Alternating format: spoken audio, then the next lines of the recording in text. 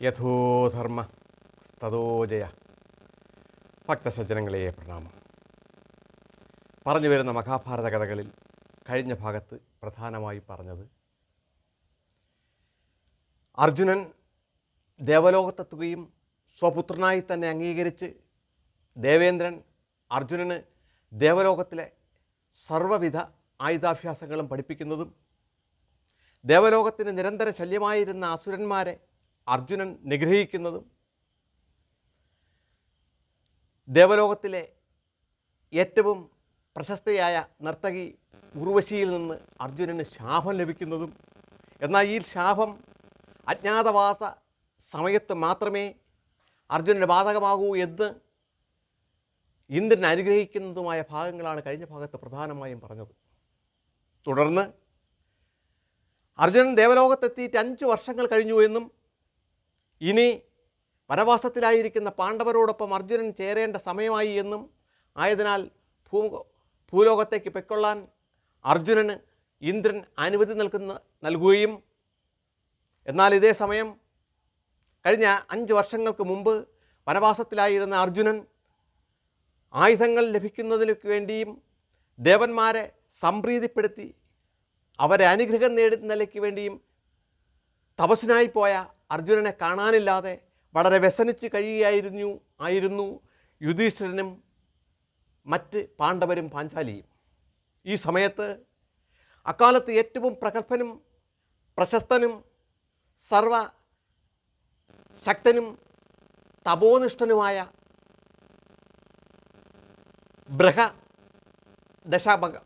ദശക മഹർഷി ഒരു നാൾ വനത്തിലെത്തുകയും പാണ്ഡവരെ കാണുകയും,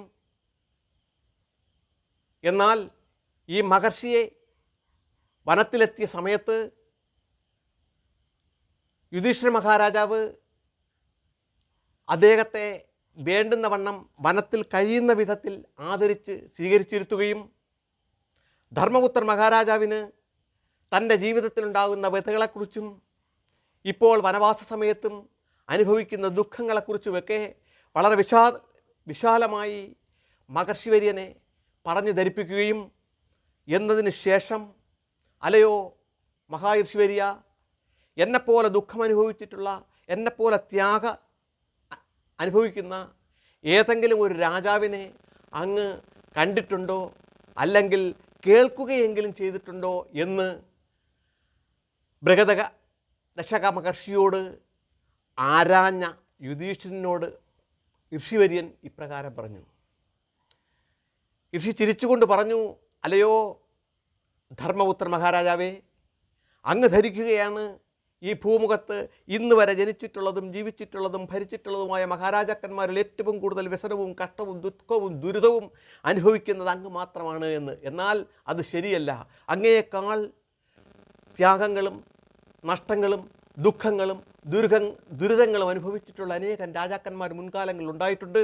അതിലേറ്റവും, അതായത് അങ്ങ് ഇന്ന് അനുഭവിക്കുന്നതിൻ്റെ 100 മടങ്ങ് കഷ്ടത അനുഭവിച്ചിട്ടുള്ള ഒരു മഹാരാജാവിൻ്റെ കഥ അങ്ങേക്ക് കേൾക്കാൻ താല്പര്യമുണ്ടെങ്കിൽ ഞാൻ ഇപ്പോൾ തന്നെ അറിയിക്കാം എന്ന് യുധിഷ്ഠിര മഹാരാജാവിനോട് മഹർഷി പറയുകയും, അത് കേട്ട യുധിഷ്ഠിരനും അനുജന്മാർക്കും പാഞ്ചാലിക്കും തങ്ങളെക്കാൾ ക്ലേശം അനുഭവിച്ചിട്ടുള്ള ഒരു മഹാരാജാവിൻ്റെ കഥ എന്താണ് എന്ന് കേൾക്കാൻ താല്പര്യം ജനിക്കുകയും അവരെല്ലാം കൂടി ഇരുന്ന്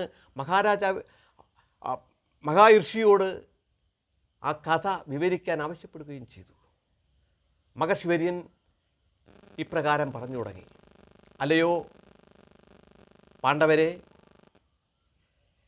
പണ്ട് വളരെ നാളുകൾക്ക് മുന്നിൽ നിഷാദ രാജ്യത്തെ രാജാവായിരുന്ന വീരസേനന് അതിപ്രശസ്തനും ശ്രേഷ്ഠനും സുന്ദരനും സുമുഖനും ധീരയോദ്ധാവുമായ ഒരു പുത്രനുണ്ടായിരുന്നു.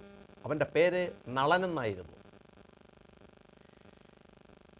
വീരസേനൻ്റെ മരണശേഷം നളൻ നിഷാദ രാജ്യത്തിൻ്റെ രാജാവാകുകയും വളരെ ക്ഷേമ തൽപരനായി തന്നെ രാജ്യം ഭരിച്ചു പോവുകയും ചെയ്തു. അദ്ദേഹത്തിൻ്റെ മികവ് കൊണ്ട്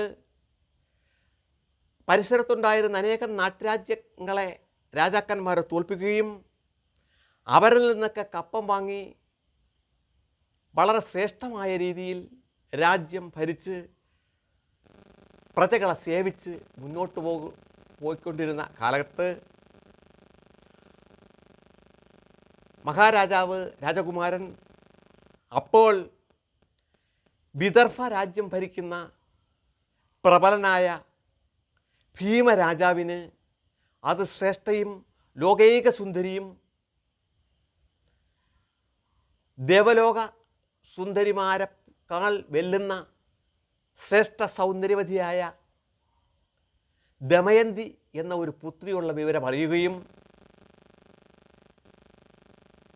അക്കാലത്ത് ഒരു ദിവസം മഹാരാജാവ് തൻ്റെ കൊട്ടാരത്തിൻ്റെ ഉദ്യാനത്തിൽ അങ്ങനെ ഉലാത്തിക്കൊണ്ടിരിക്കുന്ന സമയത്ത് ഒരു കൂട്ടം അരയന്നങ്ങൾ പറന്ന് ആ ഉദ്യാനത്തിൽ വന്നിരിക്കുകയും കാഴ്ചയ്ക്ക് വളരെയധികം കൗതുകവും തോന്നിയ ഇമ്പവും തോന്നിയ ആ അരയന്നങ്ങളിൽ ഒന്നിനെ പിടിക്കാനുള്ള താല്പര്യത്തോടുകൂടി വളരെ മെല്ലെ ശബ്ദമുണ്ടാക്കാതെ അനക്കമുണ്ടാക്കാതെ മുന്നോട്ട് പോയി മഹാരാജാവ് ഒരു അരയന്നത്തെ കൈക്കലാക്കുകയും എന്നാൽ ആ അരയന്നം പെട്ടെന്ന് മനുഷ്യ ശബ്ദത്തിൽ ഇപ്രകാരം മഹാരാജാവിനോട് പ്രതിവചിക്കുകയും ചെയ്തു. അല്ലയോ മഹാരാജൻ, എന്നെ അങ്ങ് ഉപദ്രവിക്കാതെ വിടുകയാണെങ്കിൽ അങ്ങേക്ക് ഏറ്റവും പ്രിയങ്കരവും ഇഷ്ടപ്പെടുന്നതുമായ ഒരു കാര്യം ഞാൻ നിർവഹിക്കാം.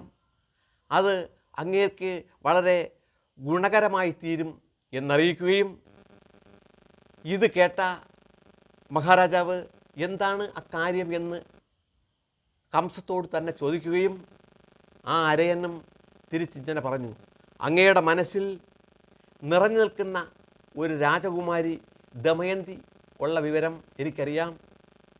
ആ ദമയന്തിയോട് അങ്ങയുടെ ഗുണഗണങ്ങളെക്കുറിച്ച് ഞാൻ അറിയിക്കുകയും അങ്ങയോട് സ്നേഹം തോന്നത്തക്ക രീതിയിൽ അവരെ പ്രാപ്തമാക്കുകയും ഞാൻ ചെയ്യാം എന്ന് കംസം മഹാരാജാവിന് ഉറപ്പു നൽകുകയും ഇത് കേട്ട് ഉൾപുളകിതനായ മഹാരാജാവ് കംസത്തെ അപ്പോഴവിടെ നിന്ന് വിടുകയും ചെയ്തു. ആ കംസവും കൂട്ടവും അവിടെ നിന്ന് പറന്ന് നേരെ വിദർഭ രാജ്യത്തേക്ക് പോവുകയും വിദർഭ രാജ്യത്തിൻ്റെ രാജകൊട്ടാരത്തിൻ്റെ ഉദ്യാനത്തിൽ പറന്നിറങ്ങുകയും ആ സമയത്ത് ദമയന്തി എന്ന ഭീമരാജാവിൻ്റെ പുത്രിയും തോഴിമാരും ആ ഉദ്യാനത്തിൽ ഇങ്ങനെ കളിച്ച് പാറി പറന്ന് നടക്കുകയായിരുന്നു. ആ കംസങ്ങൾ അവിടെ വന്ന് വീഴുന്നത് കണ്ടപ്പോൾ അവയിലൊന്നിനെ എങ്ങനെയും സ്വന്തമാക്കണമെന്നുള്ള താല്പര്യം ദമയന്തിക്കും തോന്നുകയും ദമയന്തിയും വളരെ മെല്ലെ അതിലൊരു കംസത്തെ പിടിക്കാൻ വേണ്ടി ശ്രമം നടത്തുകയും എന്നാൽ പിടി കൊടുത്തില്ല എന്ന രീതിയിൽ നളമഹാരാജാവിൻ്റെ ദൂതുമായി എത്തിയ കംസം രാജകുമാരി അവിടെ മെല്ലെ തോഴിമാരിൽ നിന്ന് അല്പം അകറ്റിയതിനു ശേഷം ഇപ്രകാരം പറഞ്ഞു, അല്ലയോ രാജകുമാരി, അങ്ങ് നിഷാദ രാജ്യത്തിലെ രാജ്യം ഭരിക്കുന്ന ഒരു ശ്രേഷ്ഠനായ മഹാരാജാവുണ്ട്. യുവാവ് ആണ് അദ്ദേഹം.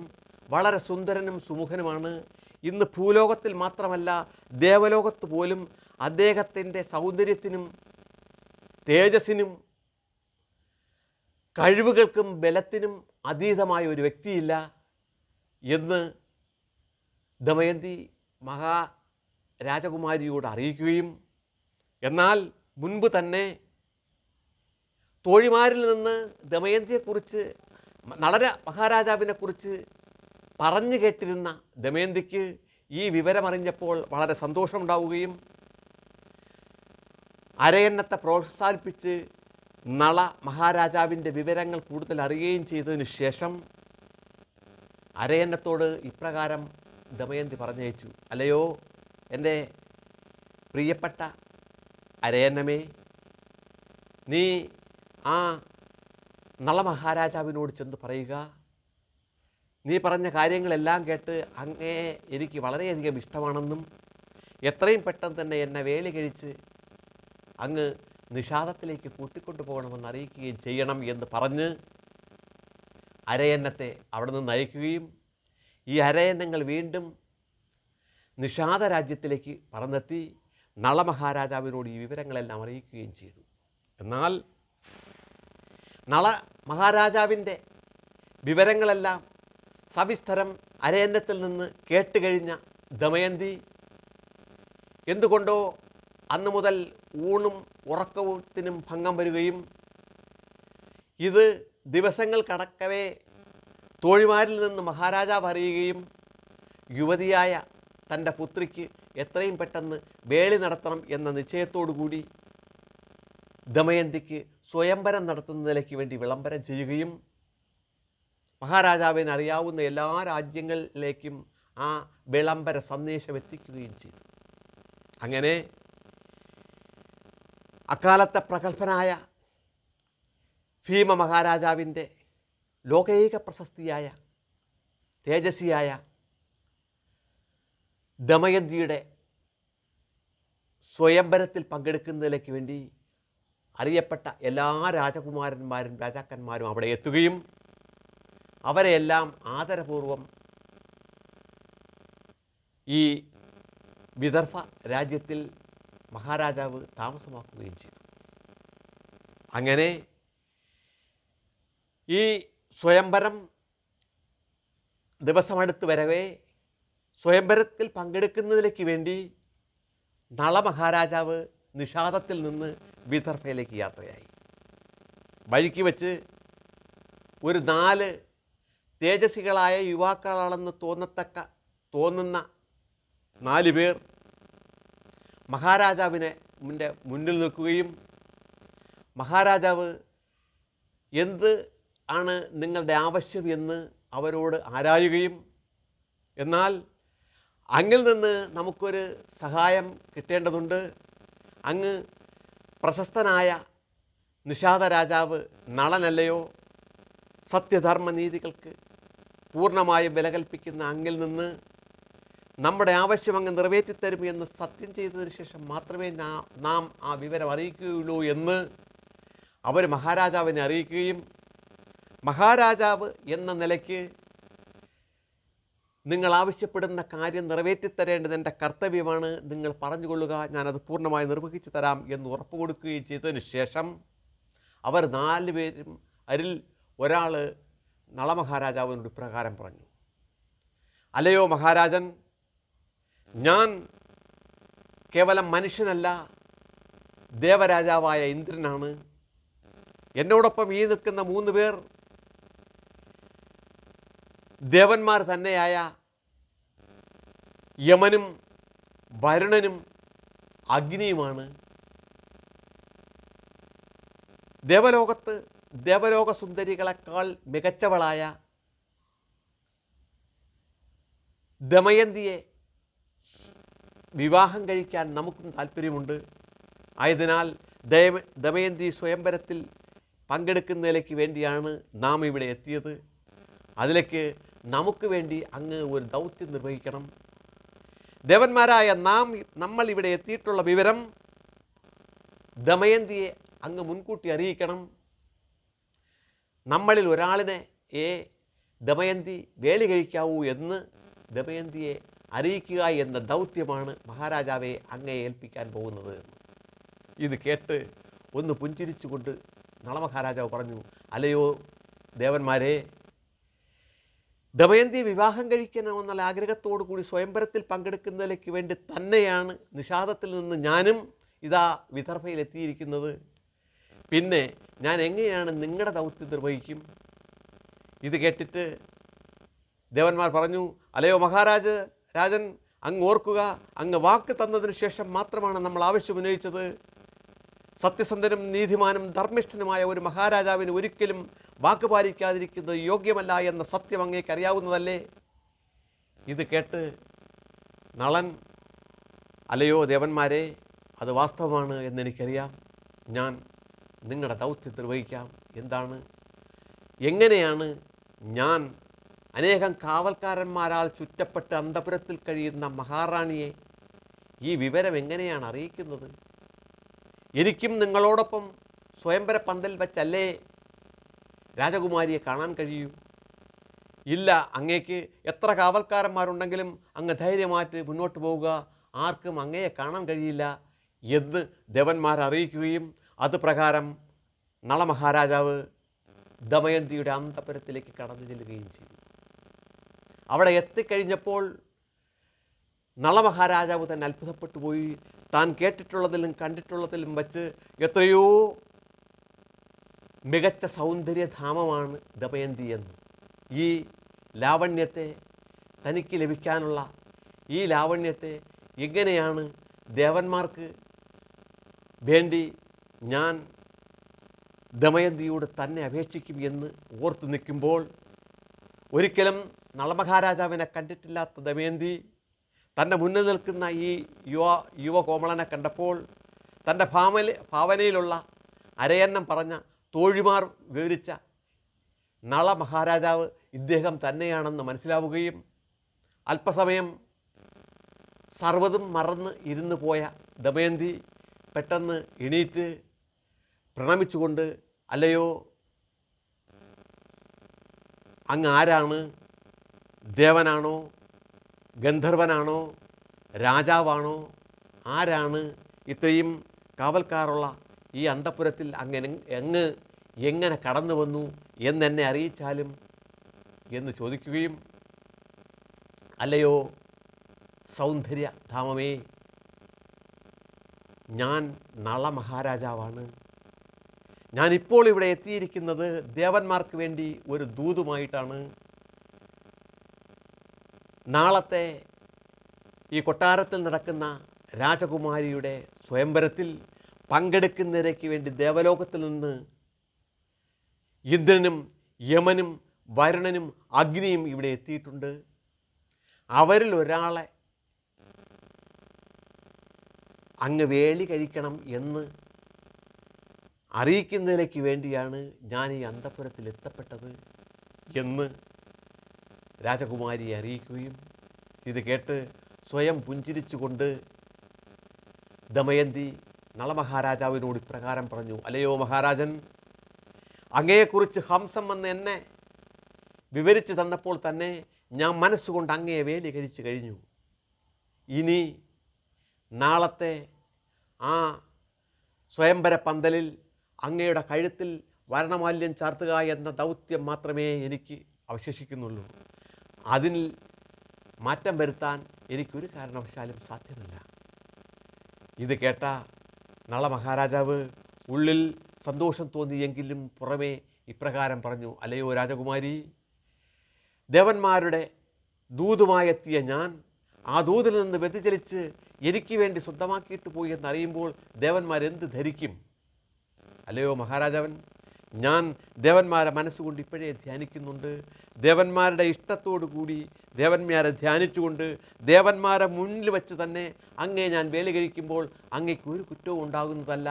ആയതിനാൽ അങ്ങ് നാളെ ആ സ്വയംവര പന്തലിൽ ദേവന്മാരോടൊപ്പം എത്തുക, യുക്തമായത് ഞാൻ ചെയ്തു കൊള്ളാം എന്ന് നളമഹാരാജാവിനെ ദമയന്തി രാജകുമാരി അറിയിക്കുകയും, ഇത് കേട്ടുകൊണ്ട് നളൻ അവിടെ നിന്ന് പോയി ദേവന്മാരുടെ മുന്നിലെത്തി ഈ അന്തഃപുരത്തിൽ ദമയന്തിയുമായി നടന്ന സംഭാഷണങ്ങളെല്ലാം ദേവന്മാരുടെ മുന്നിൽ അറിയിക്കുകയും, ദമയന്തി എന്നെ മാത്രമേ വേലി കഴിക്കൂ എന്ന് അറിയിച്ചിരിക്കുകയാണ് എന്ന് ദേവന്മാരോട് പറഞ്ഞതിന് ശേഷം ഇനി യുക്തമായത് എന്താണ് എന്ന് നിങ്ങൾ തന്നെ തീരുമാനിക്കുക എന്ന് നളമഹാരാജാവ് ദേവന്മാരെ അറിയിച്ചു. പ്രിയ സജ്ജനങ്ങളെ, ഈ ഭാഗം ഞാനിന്നിവിടെ നിർത്തുന്നു. അടുത്ത ഭാഗത്ത് വിചിത്രമായ ആ സ്വയംവരത്തെക്കുറിച്ചും തുടർ കഥകളും പ്രതിപാദിക്കാം. തൽക്കാലം നിർത്തട്ടെ. ലോകാ സമസ്ത സുഖിനോ ഭവന്തു.